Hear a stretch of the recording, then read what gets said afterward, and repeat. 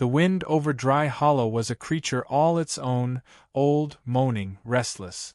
It slithered through fence posts and creaked the porch swing on Clara Wynn's homestead, though no one had sat on it in years. The sun that day was too bright for comfort, burning across the sky like a judgment. And Clara, dressed in a smoke-colored dress that had known better seasons, stood over her herb garden, plucking dead mint stems and listening for what never came: footsteps, voices, laughter. The world had shrunk around her after the fire. First, it was the neighbors who stopped calling.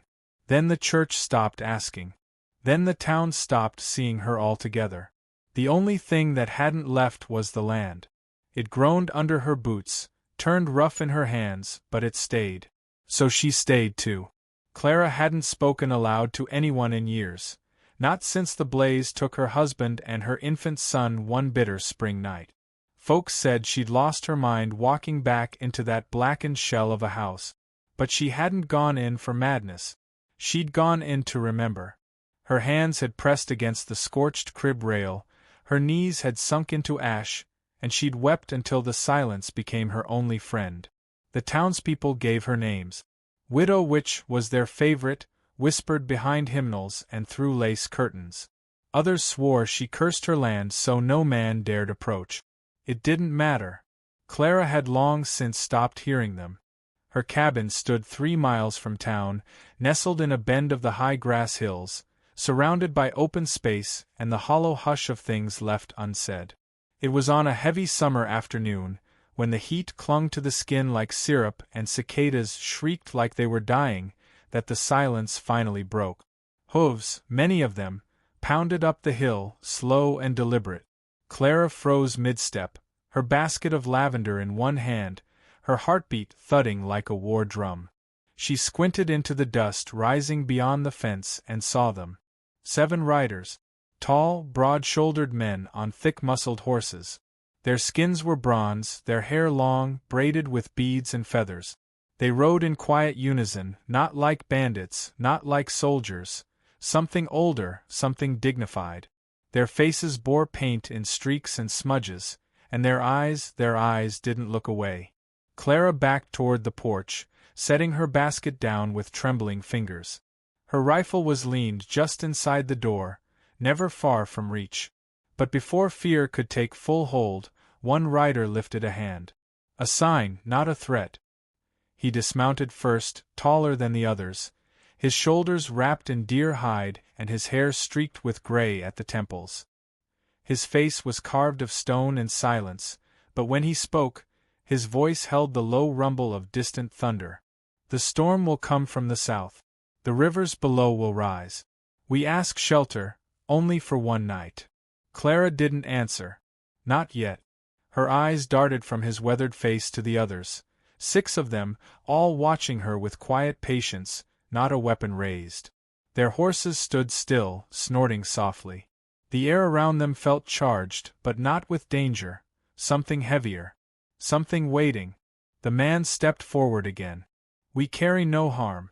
Only tired bones and horses in need of cover. The silence between them stretched long.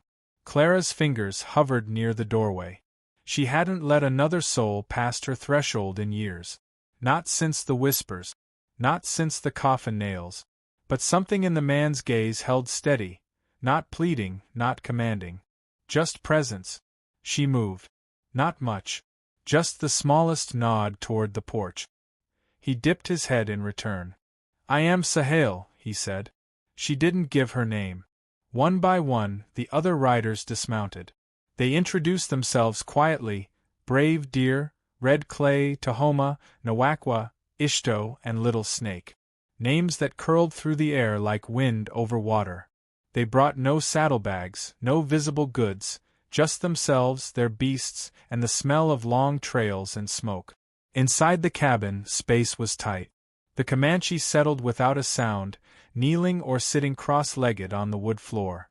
Sahel stood for a long moment, watching Clara light the stove. He didn't ask questions. He didn't offer any either. But when the kettle whistled, he took the second cup she set down without a word. The rain began before nightfall. First as a mist, then as a deluge. Thunder rolled low over the hills like a beast pacing just beyond sight. Clara moved through her home with the rhythm of ritual, tending the fire, darning the sleeve of a coat, wiping the window panes even as the water kept pouring. Outside, the valley flooded as Sahel had said it would. Streams became rivers. The path to town vanished beneath red mud. They would be trapped for more than a night. She didn't speak, and neither did they. Yet something shifted. One of the younger men, Little Snake, gently brought in firewood, stacking it near the hearth. Another mended her chicken coop door without being asked. They did not linger in the corners or look where they shouldn't. They did not pry. But they noticed. On the second night, Clara stood by the fire long after the others slept. Sahel remained awake, whittling something in his hands, wood against bone knife, a slow and careful carving. "What is it?" she asked softly, the first words she'd spoken aloud in a long time. He looked up, not surprised she'd spoken, but as if he'd been waiting. "A horse. For a child." Her throat closed. Her hand trembled against the mantel. He didn't say more. She didn't ask. That night, sleep did not come easily. The wind outside wailed like a warning, but the sound of quiet breathing in her cabin gave her a strange calm. Come morning, she found the little wooden horse on her porch rail, smooth and unfinished, its legs uneven, its eyes not yet carved. She held it in both hands. Her thumb brushed the wood grain, and for the first time in years, she smiled. From the ridge beyond the field, the town wasn't far, but it may as well have been another world. Let them whisper. Let them raise their eyebrows and clutch their crosses. Inside her, something had begun to thaw. The wind still howled, but now it seemed to hum a different tune, something less mournful, something that spoke of beginning, not ending. She set the carved horse gently on the windowsill, where the morning light could find it. Behind her, Sahel stepped through the doorway carrying an armful of dry kindling, his quiet presence as steady as the sunrise. For the first time in a long while, Clara didn't flinch at the sound of footsteps inside her home. The days folded into one another like worn pages of a prayer book. Rain came and went. The riders remained, their presence a quiet rhythm in Clara's once silent world. No one spoke of leaving, and she didn't ask them to. They worked without being asked, rebuilding a corner of her barn that had sagged for years, repairing the garden fence where coyotes had pushed through, even straightening the weather-leaned cross that stood half-buried behind the house. She had never asked for help. She had forgotten what it felt like to receive it without debt. Sahel was often outside at first light, standing still beneath the open sky, his breath misting in the cold dawn. Clara watched from the window more than she cared to admit. There was gravity in his stillness, a kind of listening that had nothing to do with ears. She'd seen men move fast all her life, shouting, commanding, taking. Sahel moved like land changed, slow, inevitable, deep. One evening, she passed him a bowl of stew and caught his fingers by accident. They were rough, warm, calloused like her own. She didn't pull away. Neither did he. They said nothing. But something in her chest folded inward, the ache of too many years pressing like a fist behind her ribs. The town had noticed. Riders passed her land more often now. Not friendly visits, just the kind that stayed long enough to peer, to count horses, to see shadows in her windows and ride back with mouths full of gossip. Word trickled in through Widow Mathers, who left a note instead of bread this time. "They're saying you've turned your back on us."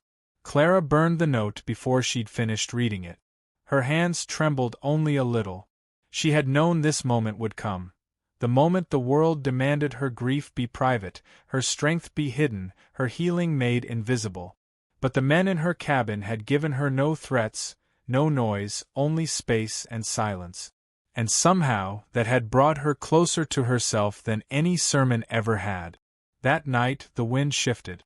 Thunder cracked like bones. Lightning flickered across the open field, illuminating the distant silhouette of Sheriff Cole atop his chestnut mare. Clara stepped onto her porch, rifle resting at her hip but unarmed. "You've got guests," he said. His voice was casual, but his eyes were sharp.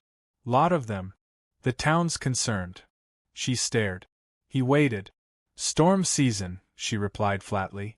They're helping me get the roof ready. You trust 'em? I do. His jaw tightened. Some folks think it ain't safe. That you've lost track of your better judgment. She let the silence settle before answering.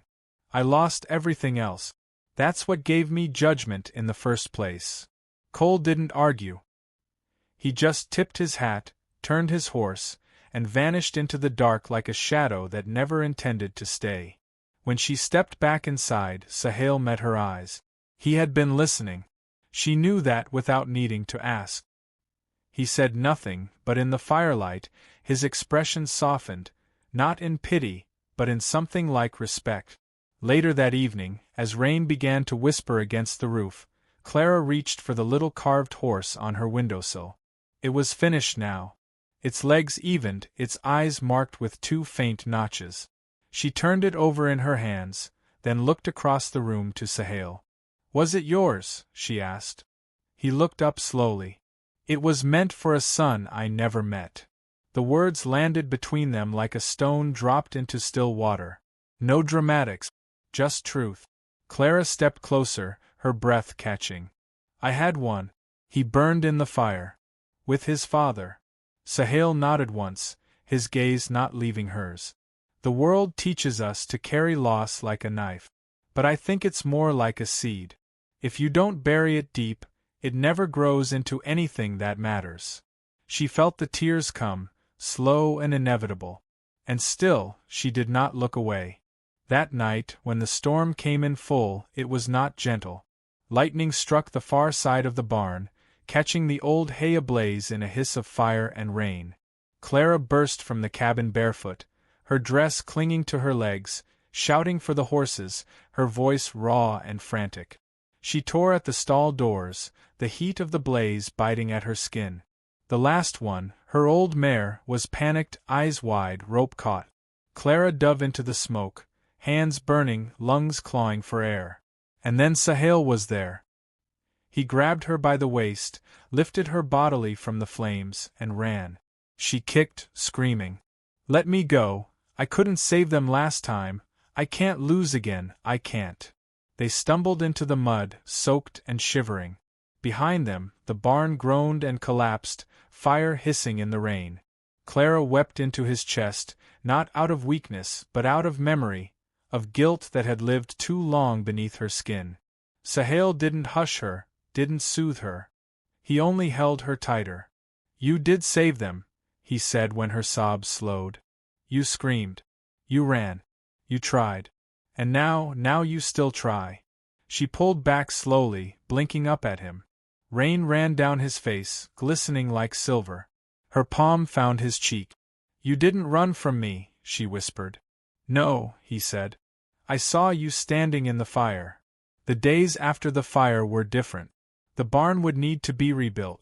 Supplies had been lost. But Clara's hands didn't shake anymore when she reached for the doorknob. She left the windows open wider.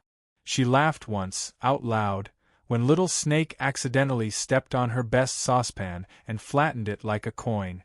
She wasn't alone anymore. Not truly. When the water receded, the other Comanche made ready to leave. Their purpose fulfilled, their shelter honored. Sahel stood with his brothers at the edge of the property, eyes on the horizon. Clara stood beside him. You don't have to go. His eyes searched hers. But you would let me stay? I already did. He turned back toward the house. Then I will rebuild your barn.